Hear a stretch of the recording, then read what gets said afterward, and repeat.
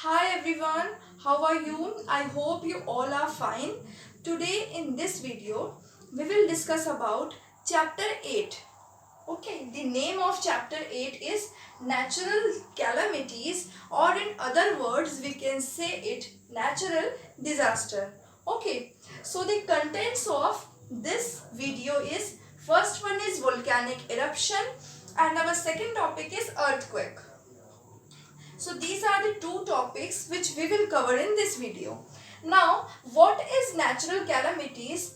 Before starting this definition of natural calamities, that what is natural calamities, we will discuss about how our earth is changing nowadays. You can see our earth is changing, the changes in our earth. What are the changes that you can see? We have already discussed about the pollution. Okay, so due to pollution, our our earth seems changes. Then that is the man-made. The pollution is due to the man, the people which live in our earth. जो pollution है वो किस वजह से हो रहा है? वो man means हमारी वजह से हो रहा है. हम जो humans है उनकी वजह से pollution हो रही है, और उस pollution की वजह से, due to that pollution, the earth is changing. बहुत सारी ऐसी चीज़ें हैं जो अर्थ में चेंज हो रही है. अब जब हम बात करते हैं कि क्या सिर्फ हमारे ह्यूमंस की वजह से ही डिजास्टर्स होते हैं, मीन्स हम पर इफेक्ट होता है, नहीं. The second one is natural. You know everything have natural और man made both. So natural, कुछ ऐसे नेचुरल प्रोसेसेस होते हैं ड्यू टू दैट हमारी अर्थ में बहुत सारे इफेक्ट्स देखने को मिलते हैं. हमारे ऊपर बहुत सारी चीज़ें का इफेक्ट होता है. वो कुछ नेचुरल भी हो सकती है और कुछ मैन मेड भी हो सकती है. कुछ ऐसी चीज़ें होती हैं जो हमारी वजह से अर्थ में हमें चेंजेस देखने को मिलते हैं, और कुछ ऐसी चीज़ें भी होती हैं जो नेचुरली होती हैं, अपने आप होती हैं. हम उन चीज़ों से अपने आप को सिर्फ और सिर्फ लॉस कम कर सकते हैं, और अपने आप को हम प्रोटेक्ट कर सकते हैं. हम प्रिवेंशन मीन्स हम प्रिवेंट कर सकते हैं. बट जब हम बात करते हैं कि क्या हम इसे स्टॉप कर सकते हैं, no, we can't stop. So the natural calamities, definition of natural calamities is harmful events caused by nature of the earth. As you can see, this is the natural process. Nature की वजह से होती है. जो अर्थ का nature है, अर्थ में कुछ ऐसी चीज़ें होती है, मैं आपको इसके बाद मैं आपको डिस्कस करूंगी उस बारे में. कुछ अर्थ में के नेचर में कुछ ऐसा चेंज होता है जिसकी वजह से हम पर क्या होता है, हार्मफुल इफेक्ट्स होते हैं. कुछ ऐसे इवेंट्स होते हैं जो बहुत हार्मफुल होते हैं हमारे लिए, तो उसे हम कहते हैं नेचुरल कैलामिटीज और नेचुरल डिजास्टर. ओके, आपको इतना समझ आया कि कुछ ऐसे नेचुरल प्रोसेसेस होती हैं जो हम पर इफेक्ट करती हैं. अब आप simply you can see that volcanic eruption and earthquake, this both are some natural processes.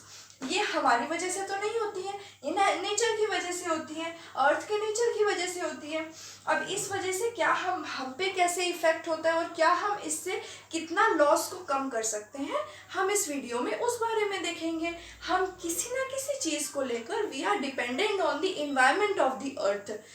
You all know that we all are dependent on the nature of the earth only.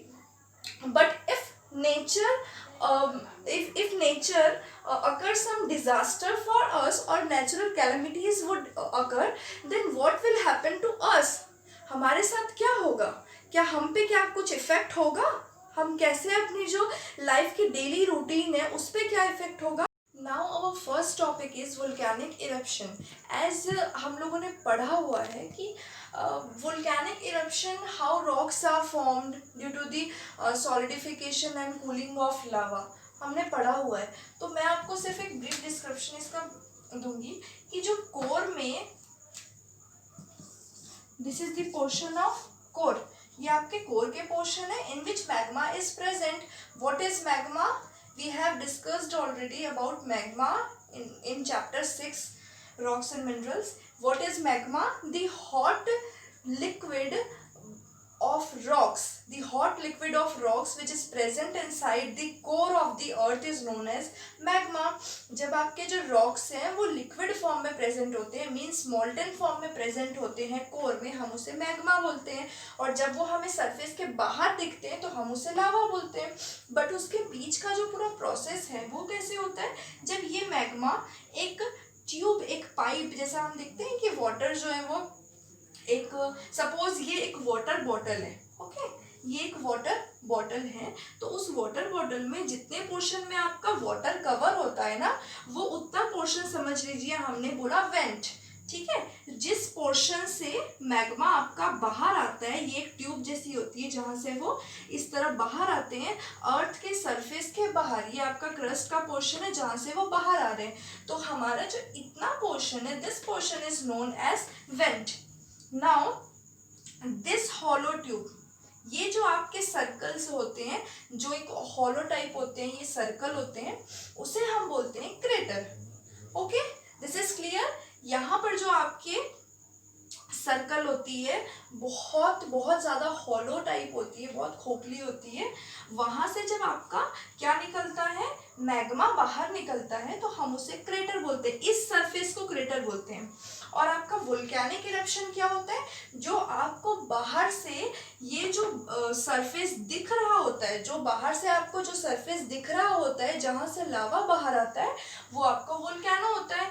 तो जब यहाँ से volcano erupt होगा, volcano erupt होगा, ये बोलने का क्या मतलब है, what it means that when magma comes out from the earth's crust, then it is known as lava, and this process is known as volcanic eruption. इस process को हम volcanic eruption बोलते हैं.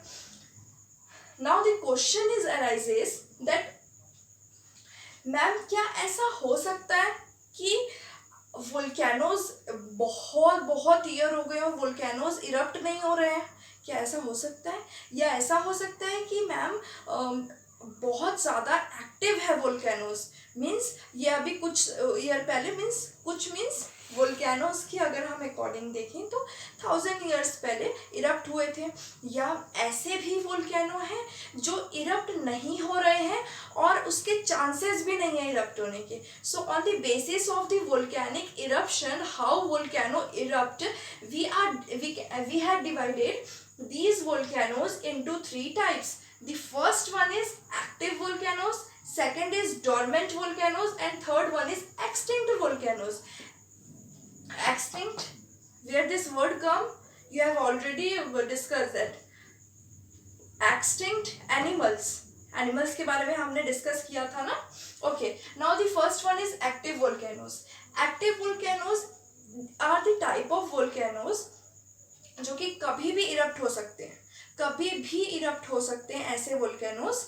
और second thing is they have erupted recent, means 1000 year ago ये erupt हुए थे और अब कभी भी वो इरप्ट हो सकते हैं, वो बहुत ही एक्टिव हैं. हम ऐसा कहते हैं कि आपके क्लास 5th में कुछ स्टूडेंट्स से बहुत ज़्यादा एक्टिव रहते हैं. जब हम कभी लाइव क्लास लेते हैं, उसमें जब हमारे क्लासेस लगती थी स्कूल में, तब की बात, बहुत एक्टिव रहते हैं. तो ऐसे ही आपके एक्टिव वोल्केनोज भी रहते हैं, कभी भी इरप्ट हो जाते हैं, या फिर ये बोलना चाहिए कि कुछ दिन पहले ही वो इरप्ट हुए थे. तो ये आपके कहाँ कहाँ मिलते हैं एक्टिव वोल्केनोज, कुछ ऐसे प्लेसेस होंगी. मैं आपको बता दूं कि इंडिया में आपका ये क्वेश्चन हो सकता है कि in India there is any volcano, there is any active volcano. So no, आपकी अंडमान आइलैंड में एक वोल्केनो है, बट उसको हम एक्टिव वोल्केनो तो अभी नहीं बोल सकते हैं. ठीक है. सो और कहाँ कहाँ होती हैं, और कौन कौन से कंट्री में एक्टिव वोल्केनो है, माउंट वेसुवियस जो कि आपका इटली में है, Mount Etna Italy, and Japan में एक आपकी एक्टिव वोल्केनो है जिसका नेम है Mount Fuji, which name is Mount Fuji. Okay, the second one is dormant volcanoes. So dormant volcanoes which is also known as sleeping volcanoes, इसे हम और क्या बोलते हैं, स्लीपिंग वोल्केनोज. सो यहाँ पे एक वोल्केनो तो बहुत ही एक्टिव है, बहुत एक्टिव है, शायद उसने अच्छे से फूड लिया होगा, ऐसा हम कहते हैं स्टूडेंट्स के लिए. सो यहाँ स्लीपिंग वोल्केनोज का मतलब है कि वो अभी सो रहा है, अभी वो स्लीप में अभी मुझसे कोई डिस्टर्ब मत करो। ये कुछ ऐसे वोल्केनोज होते हैं, डोरमेंट वोल्केनोज, जो कि बहुत ईयर्स हो चुके हैं, बहुत ज़्यादा ईयर्स हो चुके हैं, 1000 ईयर्स से भी ज़्यादा, बट ये अभी तक इरप्ट हुए नहीं हैं। बट चांसेस हैं कि ये इरप्ट हो सकते हैं। ऐसा नहीं है कि इसके चांसेस नहीं है इरप्ट होने के, हो सकते हैं, बट बहुत ज़्यादा लॉन्ग टाइम हो गया है अभी तक ये इरप्ट नहीं हुए हैं, तो हमने ऐसे वोल्केनोज को नेम दिया dormant volcanoes. Now the places where dormant volcanoes are found are Hawaii, USA, the name of that volcano is Mount Kea. Then Tanzania is also a country which have Mount Kilimanjaro. This is the name of the volcano, dormant volcanoes. Okay, these are the two type of volcanoes. Now the third one is extinct volcanoes. हम extinct animals की बात करते थे, आपको याद होगा. What are the extinct animals? जो कि अभी नहीं है हमारे वर्ल्ड में, जो कि एक्सटेंट हो चुकी है. जैसा कि हम डोडो की भी बात किए थे, आपको याद होगा क्लास 4th में. Do you remember that? Okay, now extinct volcanoes. What are extinct volcanoes? ऐसे वोल्केनोज जो कि इरप्ट बहुत बहुत बहुत साल हो चुके हैं, बहुत ही लॉन्ग टाइम हो चुके हैं, बहुत ईयर्स हो चुके हैं, अभी तक वो इरप्ट नहीं हुए हैं, और ऐसे चांसेस नहीं है कि अब वो इरप्ट होंगे. Okay, the chances of this type of volcanic eruption is, हम उसको नहीं ही बोल सकते हैं. आप लोग इस चीज़ को लेकर के अगर कंफ्यूज होंगे कि मैम डोरमेंट एंड एक्सटिंक्ट में डिफरेंस क्या है, तो मैं आपको ये बता दूं कि डोरमेंट ऐसा है जो बहुत ईयर्स से नहीं इरप्ट हुआ है, और एक्सटिंक्ट भी ऐसा है जो बहुत ईयर्स से नहीं हुए हैं. बट डिफरेंस क्या है दोनों में, कि डोरमेंट के चांसेस हैं इरप्ट होने के, बट एक्सटिंक्ट के बिल्कुल भी चांसेस नहीं है इरप्ट होने के. ठीक है, कहाँ मिलेंगे हमें ये? अर्जेंटीना कंट्री में मिलेंगे, and the name is Aconcagua. Okay, so ये आपके टाइप्स ऑफ वोल्केनोज है. अब हम बात करेंगे कि आपके मन में ये क्वेश्चन आ रहा होगा, क्वेश्चन अराइजेस दैट मैम अगर ये वोल्केनोज आएंगे, ये तो नेचर पे डिपेंड करता है, अर्थ के आ गया, चलो ठीक है, नेचुरल कैलामिटीज हो गए, बट हम अपने आप को इससे प्रोटेक्ट कैसे करें, हम अपने आप को सेफ कैसे रखें? तो उसका रीज़न ये है कि जब भी ऐसा उस प्लेस में जहाँ जहाँ एक्टिव वोल्केनोज या डोरमेंट वोल्केनोज होते हैं, वहाँ के जो लोग रहते हैं वो अपने आप को अपने घर में तुरंत एक सेफ प्लेस में चले जाते हैं, वो बाहर नहीं रहते हैं. बिकॉज आपको पता है कि अगर ये लावा के फॉर्म में बाहर आएंगे तो ये हमें हार्म कर सकते हैं, इसलिए वो जल्दी जल्दी अपने घर में चले जाते हैं, और वोल्केनोज के जहाँ पर वोल्केनो है उससे बहुत ही डिस्टेंस पे अपने हाउसेस वो बिल्ड करते हैं. ठीक है, तो वो अपने सेफ प्लेसेस में चले जाते हैं जैसे ही अलर्ट आता है, और जैसे ही अलर्ट दिया जाता है कि अब वोल्केनिक इरप्शन होने के चांसेस हैं, अभी आने वाला है, तो क्या होता है, जो वहाँ पे जो रह रहे होते हैं जो लोग, वो अपने जितने भी इलेक्ट्रिकल इंस्ट्रूमेंट्स हैं उसे ऑफ कर देते हैं. जो भी इलेक्ट्रिकल इंस्ट्रूमेंट्स आप घर में यूज़ करते हैं उसे वो बंद कर देते हैं. उसे वो ऑफ क्यों करते हैं? क्योंकि आपको पता है कि ये लावा कितना हॉट रहता है, कितना गर्म रहता है, इसमें इतनी सारी हार्मफुल गैसेस भी होती हैं, तो इस वजह से वहाँ पर कुछ इफेक्ट ना हो जाए इलेक्ट्रिकल इंस्ट्रूमेंट्स के लिए. ठीक है, और इससे आपको पता है कि फायर होने के भी चांसेस होते हैं, आग लगने के भी चांसेस होते हैं. ठीक है, so these are the types of volcanoes. What is volcanic eruption? What are the process of volcanic eruption? Then the type of volcanoes. Then we have discussed about the precautionary measures that we would have taken. Now the volcanic eruption topic is clear. Go. Now our second topic is earthquake. Earthquake आप सबने सुना होगा. What is an earthquake? Sudden shaking on the surface of the earth. जब आपके अर्थ की surface suddenly shake होने लग जाती है, हिलने लग जाती है, then we will call it as an earthquake. अब अर्थक्वेक होती कैसे है, उसके अंदर की क्या प्रोसेस होती है, बिकॉज ये एक नेचुरल फेनोमेना है, तो अब हम उसका प्रोसेस देख लेते हैं. So what happens when we will start with magma. Magma, you all know that magma is the hot liquid of rocks. एक ऐसा गरम, बहुत ही गरम, ऐसा हॉट लिक्विड रहता है प्रेजेंट अर्थ के कोर के अंदर. अब आप मुझे ये बताइए कि अगर यहाँ पर मैग्मा जो है वो प्रेजेंट है हॉट लिक्विड फॉर्म में, और उस हॉट लिक्विड के ऊपर आपके अगर मैं बोलूँ एक सॉलिड मटेरियल लैंड है, ठीक है। पहले तो मैं आपको ये बता दूं कि जो लैंड है वो डिवाइडेड है बहुत सारे प्लेट्स में। जो लैंड हमें ऊपर से जो प्लेन दिखता है ना, वो उसके अंदर में क्या होती है, बहुत सारे वो प्लेट्स जैसे हमें डिवाइडेड होते हैं, जिसे हम टेक्टोनिक प्लेट्स कहते हैं। कैसे टाइप के प्लेट्स होते हैं ये अंदर में इतने बड़े बड़े बड़े बड़े क्या होते हैं, this sizes plates are present, these are present in the form of plates which we call tectonic plates, ठीक है। अब ये प्लेट्स क्या होते हैं कि जब आपका नीचे बहुत ही हॉट मैग्मा प्रेजेंट है, उसके ऊपर जब आपका लैंड आएगा, लैंड पार्ट आएगा, तो लैंड क्या होगा, एक सॉलिड है। अब अगर आप एक सॉलिड को एक लिक्विड वो जो भी बहुत गर्म है एक हॉट लिक्विड के ऊपर रखोगे, तो क्या वो इस तरह से मूव करेगा, मूव करेगा ना। ऐसा तो नहीं हो सकता कि वो मूव ना करे, वो क्या होता है थोड़ा थोड़ा मूव करते रहता है, बट वो हमको पता नहीं चलता, बहुत ही स्मॉल उसमें क्या होता है, मूवमेंट होता है। अब ये बात आती है कि ऐसा होता क्या है इसमें, जिसकी वजह से उस हॉट लिक्विड मैग्मा की वजह से ये क्या होता है, मूव कर रहा होता है। अब एक टाइम ऐसा आता है जब ये जो आपके प्लेट्स हैं, इन प्लेट्स के बीच में इस तरीके का ये प्रेशर डालता है, इस तरीके का प्रेशर एक्सर्ट करता है कि जो आपकी दो प्लेट्स होती हैं लैंड की, वो क्या हो जाती है, इस तरह से मूव कर जाती है। और जब वो एक दूसरे से अलग होती है, मूव करती है, तब क्या होता है, यहाँ से कुछ वेव्स बाहर निकलते हैं। कुछ वेव्स जब बाहर निकलते हैं, उन वेव्स को हम बोलते हैं सिस्मिक वेव्स, ठीक है। यहाँ से क्या होता है, कुछ इस तरह से वेव्स बाहर निकलती है।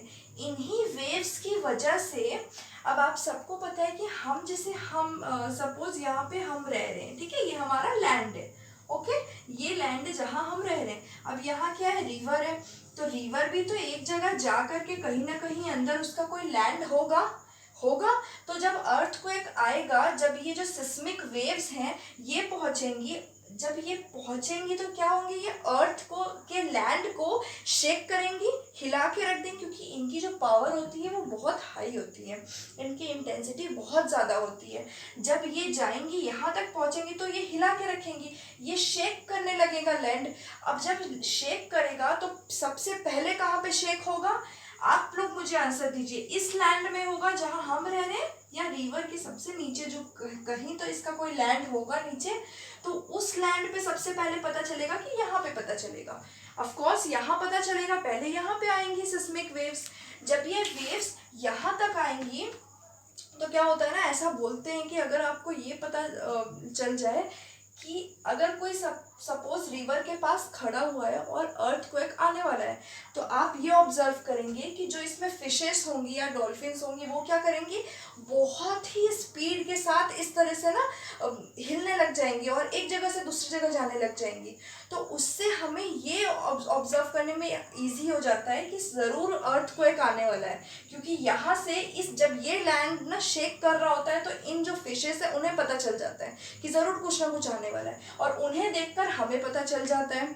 तो सबसे पहले ये क्या होगा, जैसे ही यहाँ पर ये जो दो प्लेट्स हैं ये आपस में टकराएंगी, जैसे ही टकराएंगी इस हॉट मैग्मा की वजह से ये दो प्लेट्स क्या होंगी, टकराएंगे आपस में, जिसकी वजह से यहाँ पे वेव्स फॉर्म होंगे, वो वेव्स बोलेंगे हम सिस्मिक वेव्स। यही वेव्स जाएंगे लैंड में और लैंड को क्या करेंगे, शेक करना स्टार्ट कर देंगे, हिलाना स्टार्ट कर देंगे। अब जैसे ही ये शेक यहाँ पे स्टार्ट हुआ लैंड का, तो उसे हम कहते हैं क्या, earthquake, which we called as earthquake. अब जहाँ पर फोकस और हाइपोसेंटर, ये किसे बोलेंगे, जहाँ पर नीचे सबसे नीचे में जहाँ पर आपका फोकस है अर्थक्वेक का, जहाँ पर आया है ये दो प्लेट्स आपके जहाँ पर टकराए हैं, ठीक है, जहाँ से वेव्स निकलना स्टार्ट हुई है, उसे हम बोलेंगे फोकस ऑफ द अर्थक्वेक। इस अर्थक्वेक का फोकस कहाँ है, यहाँ है। अब एपिसेंटर किसे कहेंगे, एपिसेंटर वो है कि जब आपका यहाँ से जो वेव्स होंगी वो जहाँ हमें लैंड में दिखाई देगी, लैंड में हमें अगर यहाँ पे अर्थक्वेक दिखाई दे रहा है कि यहाँ पे अर्थक्वेक हो रहा है, इसका यहाँ पे इंटेंसिटी ज़्यादा है, तो हम उसे वहाँ पे एपिसेंटर कहेंगे। तो हॉट मैग्मा जो इतना हॉट है लिक्विड फॉर्म में, जब उसके ऊपर जो लैंड के जो प्लेट्स बने हुए हैं, टेक्टोनिक प्लेट्स, तो due to the movement of these tectonic plates some seismic waves form, कुछ फॉर्मेशन ऑफ सिस्मिक वेव्स। अब जब ये वेव्स फॉर्म हो गए आपके, तो इस लैंड को क्या करेंगे, वो शेक करना स्टार्ट करेंगे। हम यहाँ है, अगर हमको यहाँ पे एपिसेंटर मिल रहा है, मीन्स यहाँ पे हमको अर्थक्वेक पता चल रहा है, क्योंकि हम तो नीचे जाके नहीं देख रहे हैं ना कि यहाँ पे फोकस है क्या, हम तो नीचे जाके ऑब्जर्व नहीं करेंगे, हम तो यहाँ से ऑब्जर्व करेंगे। तो जब हमने यहाँ देखा तो हमें यहाँ पे क्या मिला, अर्थक्वेक का एपिसेंटर मिल गया। सो I think the process of earthquake is clear. Now, what is the word that we call for the study of earthquake? ऐसा क्या है जिसे हम कहेंगे कि अगर हमें स्टडी करनी है सपोज अर्थक्वेक की, तो जो स्टडी करते हैं अर्थक्वेक की, उस स्टडी को बोला जाता है सिस्मोलॉजी। ठीक है, तभी तो हमने, अगर स्टडी नहीं होती, सिस्मोलॉजी नहीं होती, तो क्या हमें इतना कुछ पता चलता, नहीं पता चलता। तो जो स्टडी होती है अर्थक्वेक की, वो सिस्मोलॉजी बोलते हैं। Now the instrument which is use to measure earthquake, earthquake को मेजर करने के लिए जो इंस्ट्रूमेंट यूज होता है उसे हम सिस्मोग्राफ कहते हैं। The instrument which is use to measure any earthquake is known as seismograph. And if we have to measure the intensity of the earthquake, then the scale which we use to measure the intensity of the earthquake is Richter scale. Okay, Richter scale एक ऐसा scale है जिसको use करके हम intensity find कर सकते हैं किसी भी earthquake की। इंटेंसिटी क्या होती है, सपोज ये वेव्स आपके, कभी कभी ऐसा होता है कि वेव्स, कुछ कम वेव्स आ जाते हैं तो कुछ कम अर्थक्वेक होता है, कुछ कम हिलता है, लैंड जो है कम शेक होती है। कभी कभी आपने देखा होगा कि बहुत ज़्यादा ही लॉस होता है, हमारे ह्यूमंस को बहुत लॉस होता है, तो तब ऐसा बोला जाता है कि इंटेंसिटी बहुत ज़्यादा होती है अर्थक्वेक की। ठीक है, अब Richter scale, I want to give some information about Richter scale, that Richter scale have 8 levels, 1 2 3 4 5 6 7 8। ठीक है, इस स्केल में 8 लेवल्स होते हैं। जब ऐसा देखा जाता है कि जब उसमें इंटेंसिटी मेजर कर रहे होते हैं, तो सपोज स्केल में मेजर करने के बाद इंटेंसिटी 1 आई, ठीक है 1 आई, तब ऐसा बोला जाता है कि हमको लॉस बहुत ही कम होगा। ठीक है, हमें लॉस बहुत कम होगा। बट अगर उस रिश्टर स्केल में मेजर किया गया कि इंटेंसिटी सपोज 8 है, ठीक है, सपोज इंटेंसिटी उन्होंने फाइंड आउट किया उस स्केल में जिससे उन्हें 8 मिला, तो इसका मतलब ये होता है कि इंटेंसिटी इतनी ज़्यादा है कि वो हमें बहुत ज़्यादा क्या कर सकती है, डिस्ट्रॉय कर सकती है, हमारी लाइफ को डिस्ट्रॉय कर सकती है। ठीक है, तो ये जो है वो 8 लेवल्स में डिवाइड होते हैं रिश्टर स्केल। अब ऐसे कौन कौन से प्रिकॉशन है जो हमें लेने चाहिए, what are the precautionary measures that we should taken to prevent an earthquake. कौन कौन से ऐसे प्रिकॉशंस हैं? प्रिकॉशंस में सबसे पहले, अगर आपको ऐसा फील हो रहा है कि अर्थक्वेक आ रहा है या फिर कुछ शेक हो रहा है, तो सबसे पहले आप कहाँ चले जाइए, you can go to the open space wherever you are, you are in school, you are in houses, anywhere, hospitals, जहाँ भी आप होंगे, you should go to the open space. आप ओपन स्पेस में चले जाइए। वाई? बिकॉज आपके ये जो हाउसेज बने हैं, जब ये लैंड शेक करेगा तो ये हाउसेज जो हैं वो क्या हो सकते हैं, वो पूरी तरह से टूट सकते हैं, आप पे गिर सकते हैं। तो अगर आपको, if you want to save yourself, then go to the ground and open area where you can save yourself. अगर आपको ऐसा लगता है कि कभी अर्थक्वेक आ रहा है, तो आप इलेक्ट्रिक पोल्स के सामने मत खड़े रहिए। पोल्स, इलेक्ट्रिक पोल्स आपके ऊपर गिर सकते हैं, so you can prevent your self all this. और आपको एक और चीज़ करनी है कि हमेशा ये ध्यान रखना है कि अगर कभी भी आप स्कूल में हैं या घर में हैं, and if you are unable to go to the ground or open area, then you can prevent yourself by blocking yourself with the table. Why? Because क्या होता है ना कि जब आपके हाउसेज जो हैं या कुछ भी आपके घर का जब गिरेगा, तो आप अगर सपोज आप कहीं बाहर नहीं जा पा रहे तो आप क्या करेंगे, टेबल, आपके घर में सबके घर में टेबल होंगे, उसके नीचे जाकर अपने आप को हाइड कर लेंगे। कुछ भी जो भी गिरेगा वो उस टेबल के ऊपर गिरेगा, आपके ऊपर नहीं गिरेगा, ठीक है। या तो आप ये भी कर सकते हैं कि आप अपने घर के जो कॉर्नर्स होते हैं, ठीक है, सपोज ये ऐसे कॉर्नर है, तो आप यहाँ पे जाकर कॉर्नर पे खड़े हो सकते हैं। उससे क्या होगा ना कि जो आपकी बीम होती है ना, साइड की जो बीम होती है, उससे आप अपने आप को प्रोटेक्ट कर सकते हैं, क्योंकि जो भी गिरेगा वो आपके आसपास गिरेगा, आपके ऊपर नहीं आएगा वो चीज़। ओके, सो ये प्रिकॉशंस आप ले सकते हैं। और सबसे तो बेस्ट है कि आप ग्राउंड में चले जाइए, वहाँ पे आप सेफ रह सकते हैं। सो ये कुछ ऐसे volcanic eruption and earthquake both are natural disasters और we can say natural calamities. We can only prevent ourselves, हम सिर्फ प्रिवेंट कर सकते हैं, हम इसे स्टॉप नहीं कर सकते। क्या आप स्टॉप कर सकते हैं इसे? आप नीचे जाकर क्या इन टेक्टोनिक प्लेट्स को पकड़ सकते हैं कि नहीं नहीं मत हिलना, यहाँ पे अर्थक्वेक आ जाएगा? You can't do that. Okay, so we can only protect ourselves, we can prevent ourselves from these. So हम अपने next video में और जो आपके जितने natural calamities हैं उसके बारे में देखेंगे, और we can see some doubts and we'll ask some doubts of this. Okay, now I want to give you some information that in my live class I'll ask each one of you about these earthquake, natural calamities, volcanic eruptions. मैं आप सबसे one by one questions करूँगी, और मुझे जिसका answer नहीं मिलेगा मैं उसको एक्स्ट्रा होमवर्क भी दूंगी, उसके पास एक्स्ट्रा होमवर्क भी जाएंगे। So prepare for your self for this. Now this is enough for this video. Now we will discuss some other natural calamities about in our next video. Thank you so much.